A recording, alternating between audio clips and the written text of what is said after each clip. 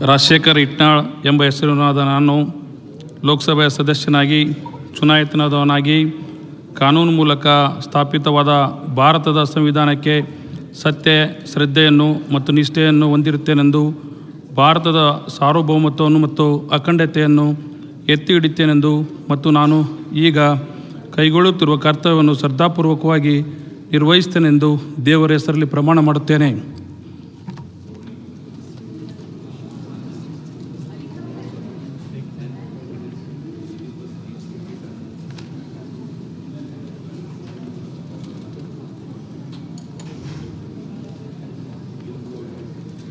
E.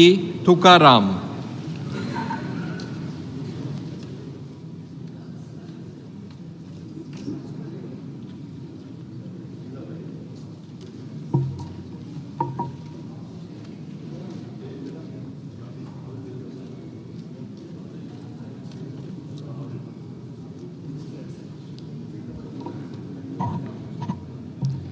E. Tukaram ಎಂಬ ಹೆಸರಿನ